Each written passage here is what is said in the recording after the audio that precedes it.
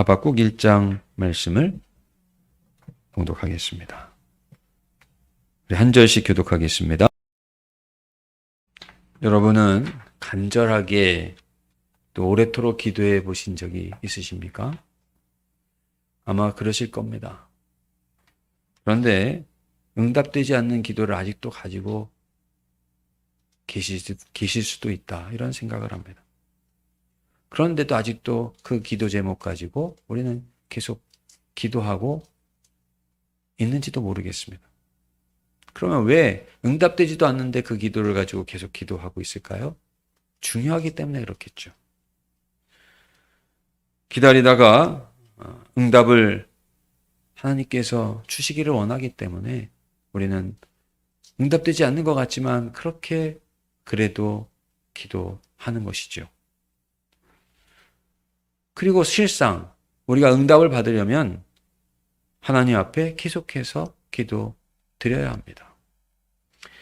하박국이 살던 유다 나라의 상황은 횡포와 불의와 파괴와 폭력, 다툼과 분쟁이 일어나고 법이 무시되고 정의가 실현되지 못하고 부정이 판을 치고 악인들이 의인을 둘러싸고 있었습니다. 하박국은 곧 소돔과 고모라처럼 나라가 썩을 대로 썩어서 멸망할 수밖에 없는 그러한 상태임을 느꼈습니다. 그래서 눈물을 흘려가면서 오래오래 기도하기 시작했습니다.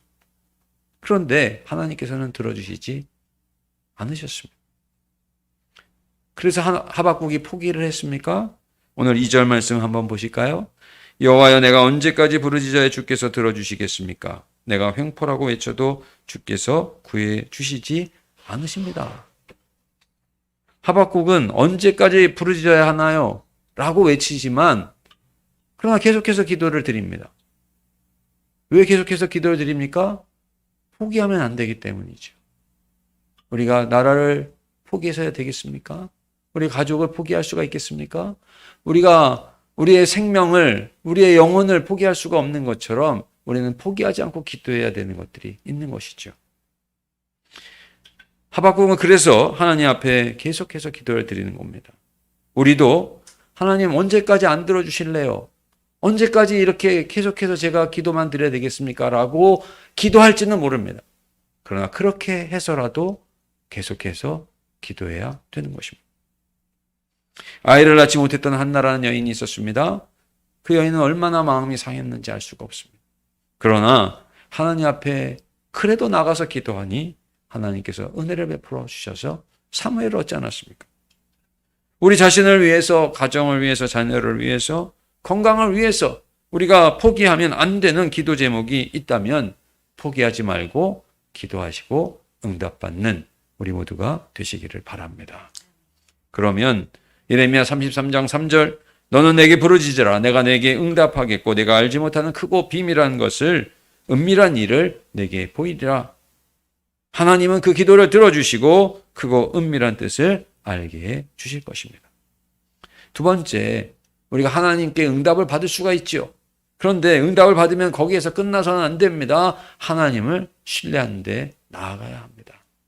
하나님을 더 신뢰하며 하나님 앞에 그 응답받은 데 대해서 내가 응답받은 게 좋으면 오케이, 끝나면 안 돼요. 내가 응답받은 게 나한테 안 좋은 일이라 할지라도 하나님께서 그것을 응답하셨다면 우리는 거기에 순종하고 반응할 수 있어야 되는 것이죠. 오늘 5절 말씀, 여호와께서 말씀하셨다. 너희는 너희 주변 나라들을 지켜보아라. 그러면 너희가 놀라게 될 것이다. 내가 너희 시대에 한 일을 행하겠다. 너희가 들어도 믿지 않을 것이다. 하박국이 기도합니다. 하나님 언제까지 제 기도를 들어주시지 않을래요? 그러면서 기도하는데 하나님께서 드디어 응답하시는데 내가 말하는 이 말을 내가 너에게 말을 해주지만 너는 믿지 못할 거라. 이러면서 말씀을 해주십니다. 마치 이사야가 하나님 앞에 하나님 언제까지 이렇게 그저 두시렵니까? 그렇게 하나님 앞에 간절히 외쳤을 때 하나님께서 그루터기만 남을 때까지 하나님께서 치시겠다고 말씀하시면서 그것이 이 땅의 소망이라고 말씀을 하시고 너는 가서 전하되 그 사람이 듣지 않을 것이다.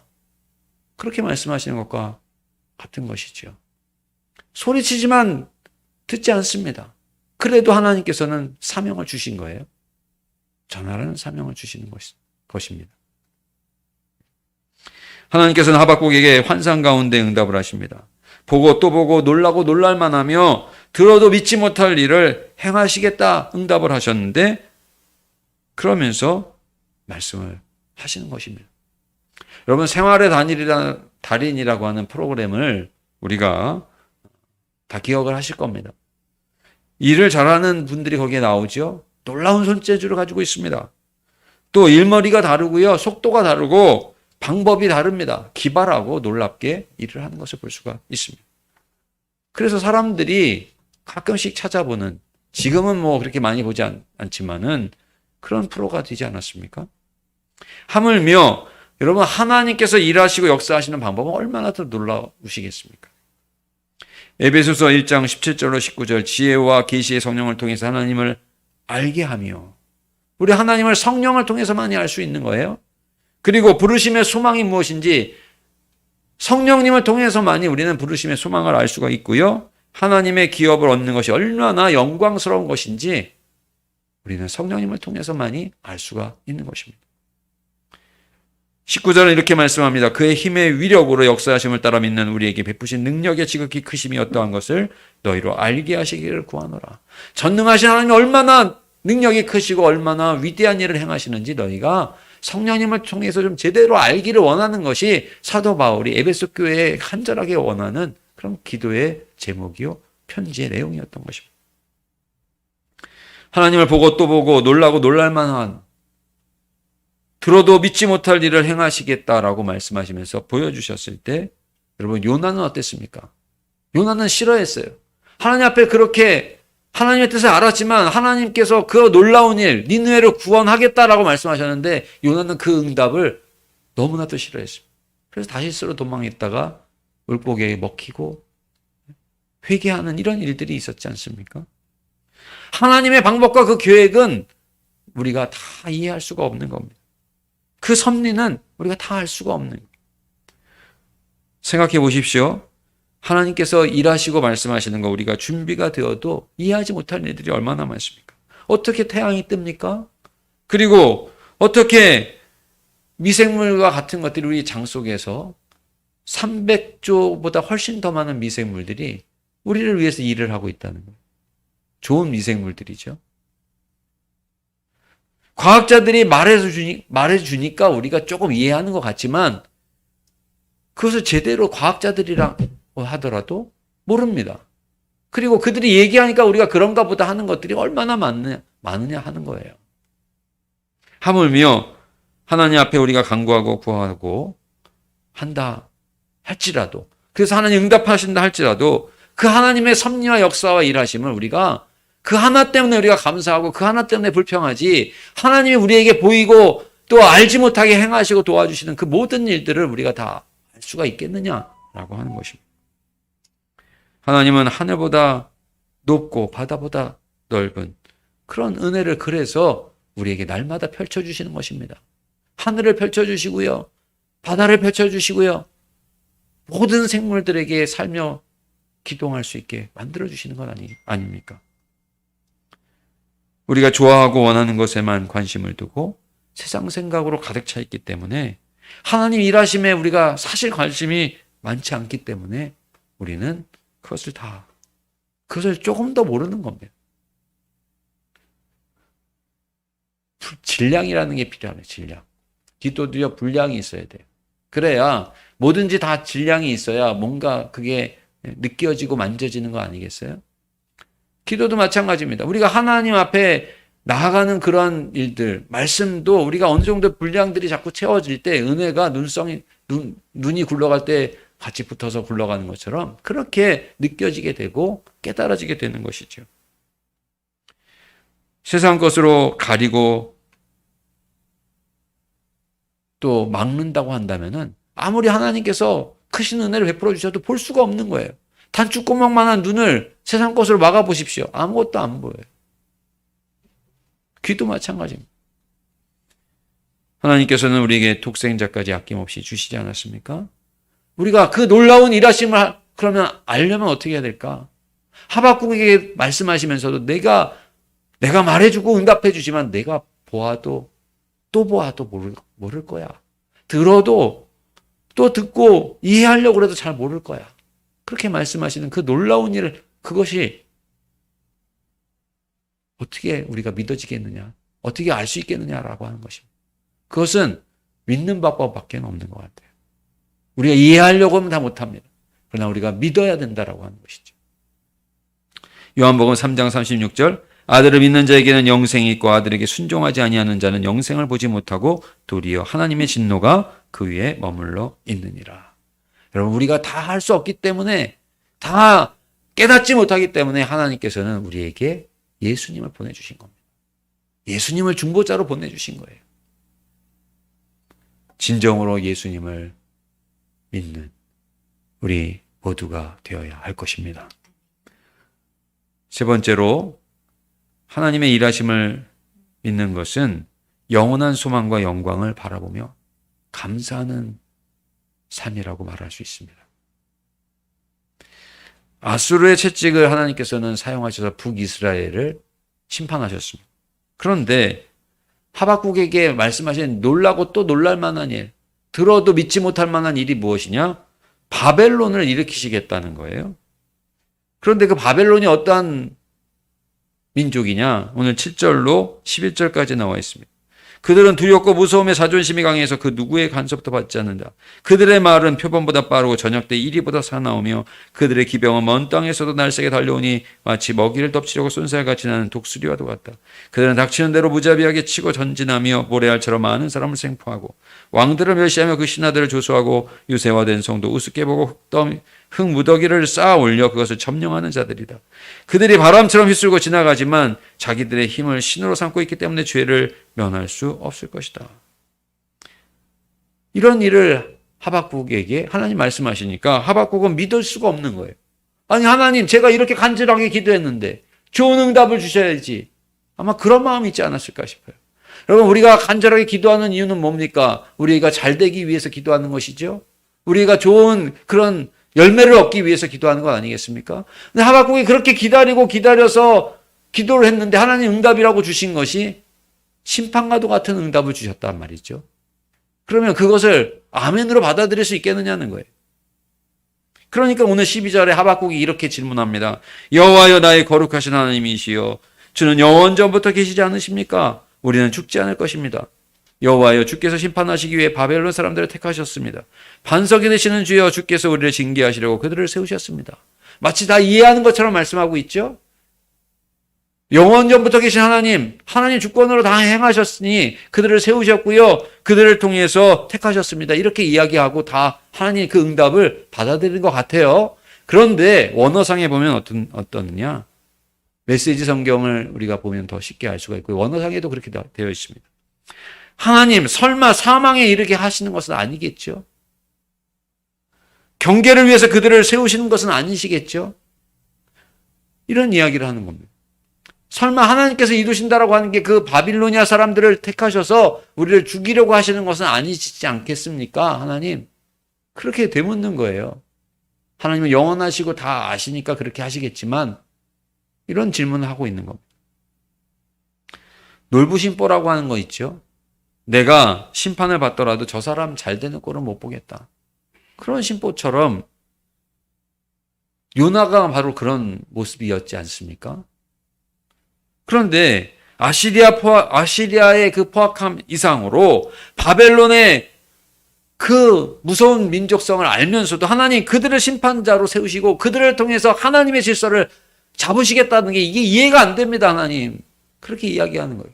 하나님 좀 선하게 역사하시면 안 되겠습니까? 왜 그 바빌로니아 사람 같은 자들을 왜 하나님이 도구로 쓰시려고 하시는 겁니까? 이런 질문인 거죠. 하나님은 바다도 하늘도 다 경계를 놓으신 분 아닙니까? 하나님은 거룩한 분 아닙니까? 하나님 만세전부터 계신 분 아닙니까? 어떻게 바빌로니아 사람들을 통해서 심판과 경계와 사망에 이르게 하시는 이런 이해하지 못할 만한 일을 하시려 하십니까? 그게 오늘 12절에 담겨져 있는 내용이라는 뜻입니다. 여러분, 하박국은요 믿지 못하는 거예요. 하나님 그렇습니다. 우리가 어른이 이야기하면 네 그러지만 사실은 어른이 이야기해도 아닌데도 내 할 수밖에 없는 그런 상황이 있잖아요. 아마 하박국이 그런 마음이 아닐까 싶습니다. 반신반의하는 거죠. 하나님의 섭리와 역사는 놀라운 것이 아닐 수가 없는 겁니다. 하나님의 신묘막측함과 그 주권은 가히 우리가 상상할 수가 없는 거예요. 우리가 하나님의 그 사랑도 다 상상할 수가 없는 거예요. 어떻게 하나님께서 그 하늘 보좌를 버리시고 지극히 낮은 우리에게 오실 수가 있느냐. 우리가 믿는다고 하지만 우리도 하박국처럼 그 현장에 서면 하나님 정말 이런 거 맞아요? 이렇게 질문할 겁니다. 100이면 100 그럴 것 같아요. 왜냐? 선지자도 그렇게 할 정도니까. 주식을 할 때 요즘 동학개미가 어떻게 큰 회사나 주식에서 주식을 전문적으로 하는 때처럼 손해를 보지 않을 수 있는가에 대해서 어떤 그 전문가의 한 이야기를 제가 들어보니까 책에서 보니까 이런 이야기를 하더라고요. 대기업은 아무리 주식에 대해서 거기에 전문가들이 많은 전문가들을 가지고 있다 할지라도 그들은 손익분기점을 다 이렇게 계산을 해서 그 해마다 실적을 쌓아야 되기 때문에 1, 2년 이상 그렇게 장기적으로 투자하는 데가 많지 않다는 겁니다. 그럼 어떤 종합개미와 같은 개인들은 어떻게 해서 수익을 얻을 수 있느냐? 장기적으로 하는 방법밖에 없다는 거죠. 장기적으로 하면 그들만큼 머리가 없어도 승산이 있다라고 하는 이야기를 하고 있는 것을 제가 들었습니다. 시간이 중요하다는 거죠. 우리가 사랑하는 것들을 때로는 잃을 때가 있습니다. 그렇죠. 시간이 가면 우리가 잃지 않는 게 뭐가 있어요. 물건도 다 쇠하여지고요. 우리의 생명도 다 쇠하여 가는 거 아니겠어요? 그리고 마침내 이별의 때는 다 오게 되는 거 아닙니까? 또 하나님께서 부르시면 순서에 관계없이 우리가 가야 되는 게 우리의 모습이죠. 그만큼 하나님의 심판은요, 누구도 피할 수 없습니다. 누구도 거스를 수가 없어요. 어떤 물건도 어떠한 사람도 거스를 수가 없는 것이죠. 그런데 말이죠. 오늘 생각해 보십시오. 하박국이 하나님 이게 어떻게 이럴 수가 있습니까? 라고 질문하는 게 사실 선지자가 하는 질문이라 우리가 성경에도 기록되어 있지만 하나님 편에서 보면 하나님 앞에는 맞지 않는 질문 선지자도 알면서 하는 거예요. 하나님께서 말씀하시니까 제가 순종합니다만 하나님 어떻게 이러실 수가 있어요? 이런 것 같아요. 여러분 그런데 하나님께서는 그것을 통해서 멸절시키겠다는 게 아니죠. 그것을 통해서 다 사랑하는 이스라엘 백성들 다 끝내겠다는 게 아니에요. 그들이 죄악을 저질렀고 그들이 하나님을 떠났기 때문에 그 바빌로니아를 도구로 사용하셔서 구원의 길을 이루어 가신다는 게 하나님의 경륜 아닙니까? 하나님께서 우리를 쇠하게 하시는 것, 하나님께서 우리를 사랑하지 않기 때문인가요? 사랑하는 것들을 하나님께서 세월이 가면서 잃어버리게 하는 것, 그건 우리를 사랑하시지 않기 때문이 아니잖아요. 하나님께서 우리를 당장 오늘 불러가지 않는 것이 얼마나 감사한 일입니까? 또 불러가신다 하더라도 얼마나 감사한 일입니까? 내 아버지 집에 거할 것이 많다. 우리 주님께서 말씀하셨죠? 우리가 진정 영원을 믿는다고 한다면은 두려움이 없고 평안히 소망 가운데 우리가 거할 수 있는 것이죠. 하나님께서 고난의 코스를 통과하게 하신다 한들 천성을 향해서 그 영원한 길을 우리가 목적지로 이끌어주시는 하나님의 인도하심 속에서 그게 있다고 한다면 그게 과연 불평만할 일이겠느냐라고 하는 것입니다. 고난과 어려움을 겪고 천성길을 우리가 가야 하는 것처럼 바벨론도 하나님께서 얼마든지 쓰실 수 있는 거죠. 우리는 멀리 보지 못하지 않습니까? 하박국 정도 되어도 하나님 이게 맞는 겁니까? 이렇게 오늘 질문을 던지고 있어요.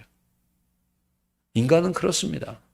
그러나 하나님은 그런 섭리와 역사로 하나님의 뜻을 얼마든지 이루실 수 있는 분이라는 사실을 기억하시기 바랍니다. 심판의 끝이 있습니다. 마무리가 있습니다. 고난의 끝이 있습니다. 그것을 고난도 내게 유익이라. 사도 바울은 그렇게 깨닫고 감사하지 않았습니까? 하나님은 우리를 반드시 구원하시고 영원의 길로 인도하시기 원하십니다. 보고 또 봐도 들어도 믿지 못할 일, 하나님은 그 일을 행하십니다. 그 구원의 역사를 이루어 가시는 하나님, 우리는 인내하며 끝까지 기도하며 기다릴 수 있기를 바랍니다. 그리고 하나님의 일하심을 신뢰하십시오. 그것이 나에게 지금 당장은 아닌 것 같아요. 그래도 신뢰하세요. 하박국에게 하나님께서 보고 또 놀랄 만한 일, 하나님의 섭리와 역사 속에서 구원의 길을 이루어 가시는 것이지 않습니까? 그리고 신뢰하면서 영원한 소망과 영광의 그날을 바라보는 우리 모든 성도님들이 되시기를 바랍니다. 그럴 때 의인이 고난당하는 상황 속에서 끝까지 두지 않으시고 하나님은 모든 것을 변화시켜서 감사하고 찬양하고 승리하게 하시고 영광 받으시는 역사가 우리 모두에게 반드시 있을 줄로 믿습니다.